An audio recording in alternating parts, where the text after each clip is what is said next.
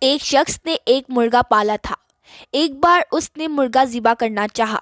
مالک نے مرغے کو ذبح کرنے کا کوئی منصوبہ سوچا اور مرغے سے کہا کہ کل تم نے اذان نہیں دینی ورنہ ذبح کر دوں گا۔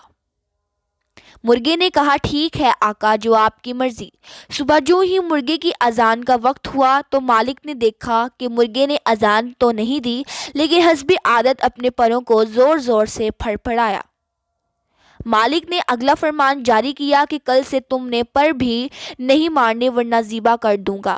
اگلے دن صبح اذان کے وقت مرغے نے حکم کی تعمیل کرتے ہوئے پر تو نہیں ہلائے لیکن عادت سے مجبور کے تحت گردن کو لمبا کر کے اوپر اٹھایا۔